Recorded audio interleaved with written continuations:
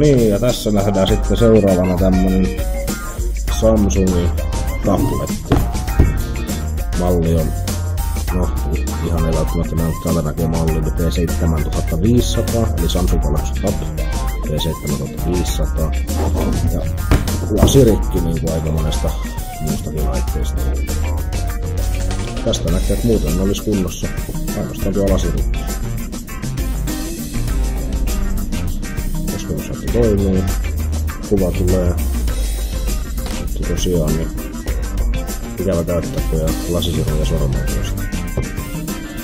Mutta sammutetaan aluksi laitoja. Tarkoitus olisi vähän näyttää, että miten tämmöinen lasivaihto suoritetaan tämmöiseen tablettiin. Samsungin tabletit nyt on helpommasta päästä tehdä nämä lasinvaihdot verrattuna ainakin Apple-laitteisiin, joten tässä nyt ei hirveästi tätä kuvattavaa ole.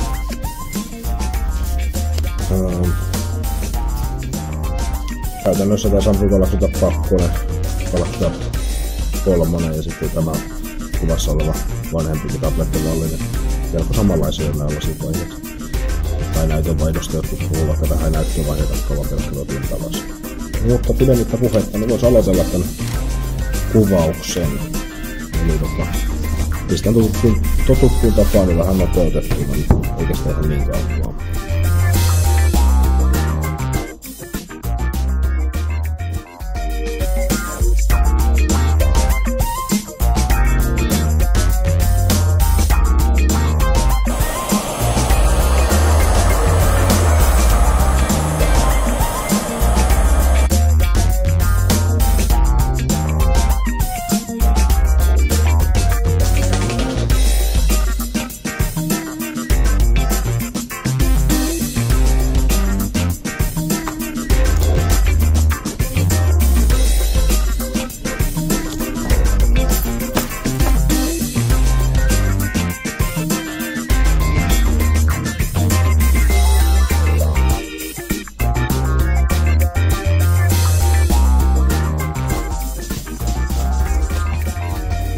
No niin, siinä olisi vanha lasi, mutta irrotettu.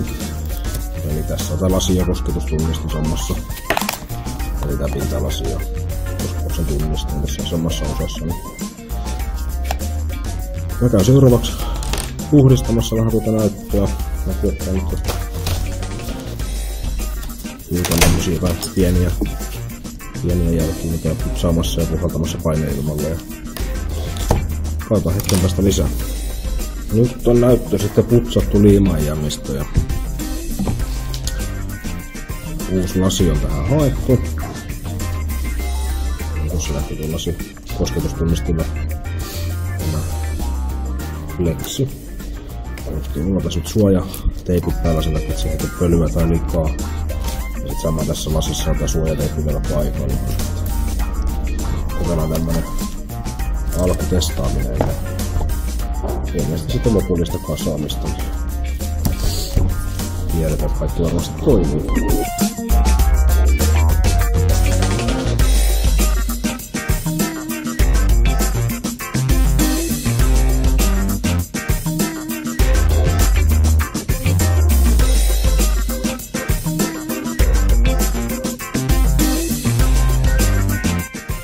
Joo, se toimii.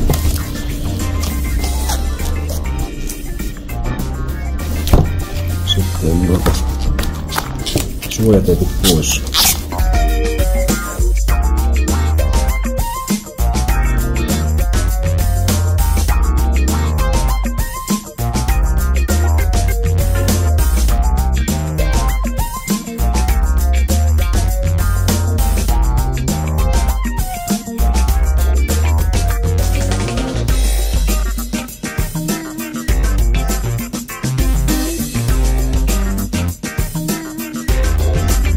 Joo.